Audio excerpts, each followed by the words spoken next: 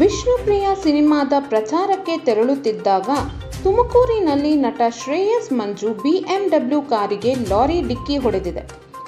ಕನ್ನಡ ಸಿನಿಮಾಗಳ ನಿರ್ಮಾಪಕ ಕೆ. ಮಂಜು ಅವರ ಪುತ್ರ ನಟ ಶ್ರೇಯಸ್ ಮಂಜು ಬಿಎಂಡಬ್ಲ್ಯೂ ಕಾರಿಗೆ ಗುರುವಾರ ಲಾರಿಯೊಂದು ಡಿಕ್ಕಿ ಹೊಡೆದಿದೆ. ನಟ ಶ್ರೇಯಸ್ ಮಂಜು ಅಭಿನಯದ ವಿಷ್ಣುಪ್ರಿಯ ಸಿನಿಮಾ ಬಿಡುಗಡೆಗೆ ಒಂದು ದಿನ ಇರುವಂತೆ ಅಪಘಾತ ಸಂಭವಿಸಿದೆ.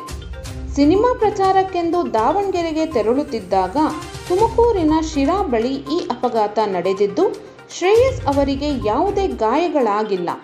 ಕಾರನ್ನು ಶ್ರೇಯಸ್ ಅವರೇ ಚಲಾಯಿಸುತ್ತಿದ್ದರು.